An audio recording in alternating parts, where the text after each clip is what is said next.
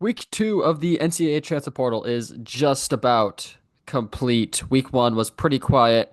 We saw Missouri land Javon Porter. We also saw Aiden Shaw transfer out. He made his decision. This second week has been much more eventful, and in not a lot of time, I'm going to break that down for you guys, see what they did, who they've reached out to, and who has left. Welcome back to Missouri Tigers on the Side. Michael Stamps, football, basketball, recruiting reporter here. Long list of things we gotta address. So let's hammer it out. Starting with Aiden Shaw. He's headed to Boston College, spent 3 years with the Missouri Tigers, and a guy that you can look back on and say was a contributor. Despite the limited minutes, he was willing to take a minutes cut this season to keep his role on the team. He did that, but he's moving on. Going to be in the power conference still, so good for him. We saw another transfer in Marcus Allen, a freshman forward, maybe a little more surprising. It kind of felt like the security with the group of freshmen was pretty good, but he was a former top 100 four-star recruit. He's from Florida, so maybe there are some ties there. Had offers from Florida State, Miami, Villanova, Indiana, schools like that. So keep an eye on some of those programs for Marcus Allen. We'll see how fast that recruitment moves. Let's get into the good stuff that a lot of people are definitely showing some signs of frustration with the fact that the only commitment Missouri does have so far is Javon Porter. There's definitely a sense of patience with what the Tigers are doing here in the transfer portal, which is not a bad method at all, but it's understandably, there is a concern when you see prospects flying off the board, which there have been plenty this week. Two guys that I was somewhat confident on, Kamari Peterson, a guard from East Tennessee State, and Jalen Washington, a forward from North Carolina, both go elsewhere. Washington is headed to Vanderbilt, and Kamari Peterson headed to Washington. So definitely some concern there. A guy like Nick Graves is another one that seemed like Missouri had a good chance. He was scheduled for 3 visits with Creighton, LSU, and then Missouri. Did not make it out of the Creighton visit. He will be staying there. Corey Washington just showed some recent interest in the Wichita State transfer forward. Seemed like a guy that would fit what Missouri does offensively. Gets to the free throw line. He's athletic wing. Just announced his final list of schools here about 20 minutes ago. So did not include Missouri there. Keyshawn Hall, not that there was much hope there, but he's headed to Auburn. Marcus Adams headed to Arizona State. Jaden Young to High Point. Nick Davidson going elsewhere. Adrian Woolley to Louisville. Cameron Fletcher to High Point. Jalen Jackson from Purdue Fort Wayne going to Butler as well. So the names are flying off the board.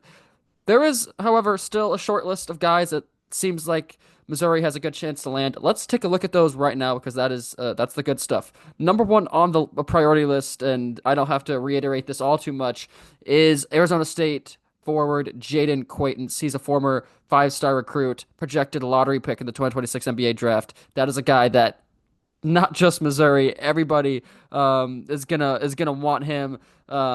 Expectation is that it's going to be a pricey negotiation and transfer portal process for Quaintance. Obviously, Missouri has the ties, recruited him out of high school, nearly landed him. Commits to Kentucky, backs out, heads to Arizona State. So seems like there's a good relationship there. That's about all I can tell you. Really haven't been able to pick up much of anything reading or talking to people, so not much yet on Quaintance.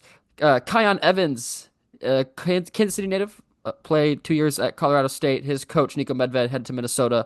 Uh, Maybe there's some interest there. Uh, there is confirmed interest, I guess, but still, it's been pretty quiet, kept to the vest. So we'll keep an eye on that. Would be a good one or two guard option, a little bit undersized to play shooting guard, but good shooter. Had a breakout game, best game of his season, and maybe even his college career. In round one of the NCAA tournament against Memphis. So, very good player, developmental project for sure. Has a couple years of eligibility on him. Got to keep an eye on. A couple other names. Sebastian Mack from UCLA. He's a combo guard. Haven't heard much about it, but one of the first teams to reach out. Would be definitely a good option for Missouri to kind of lead the offense, step into a bigger role. He had really good flashes at UCLA, but was always in a crowded guard room. So maybe that's a guy that could step into a bigger role if he does go to a school like Missouri. Definitely one, again, to keep an eye on. I'm still curious and intrigued by Nick Pringle. Haven't been able to pick up much on him, but that does seem like a guy that would really fit Missouri's system. I don't know what sort of wrench Javon Porter throws in landing Quaintance or Nick Pringle. Haven't heard much on either. So something to keep an eye on. Pringle, SEC veteran, started with Alabama last season at South Carolina. So definitely a guy similar level of experience to Josh Gray, which I think would go a long way. Then a couple other names: Kennard Davis from Southern Illinois, Terrence Gaynard from UT Martin, and then recently Duke Miles, point guard from Oklahoma. Kennard Davis is a St. Louis native, sophomore, 6'7" guard. I think that's a really interesting player, but he's going to have a lot of suitors. He had a breakout season. So and obviously, there's the UT Martin connection landing Jacob Cruz last year. So some more names to keep an eye on, and obviously people keep entering players, or Missouri keeps reaching out to these players. So I'm sure this list will have expanded by the next time I talk to you guys. Maybe we'll even have a commitment until the dead period starts here soon. So we're gonna want to start seeing some commitments. Last thing we need to talk about today is just the big man spot in general and how important it is that they land one of Pringle, Quaintance, or whoever else they can get their hands on, because I think it's going to be a big, big need to land a functional big man.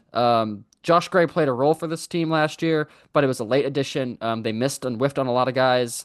Missouri's going to want to get a talented big man like Quaintance, and he is not a traditional center. He's a 6'9", 240 power forward, but he runs the court, not afraid to shoot the three, insanely long arms, and blocked around 3 shots per game. So something like that. Pringle, similar case, not as athletic, but not a true center, but can run the court. Good defender as well. Somebody like that. More names are going to enter the portal. Missouri's going to throw their name in the ring for those guys. But right now, we are still with Javon Porter as the lone commitment, and Aiden Shaw and Marcus Allen as the two departures. That's all I have for you guys. Maybe we'll have more news next week at this time. Thank you.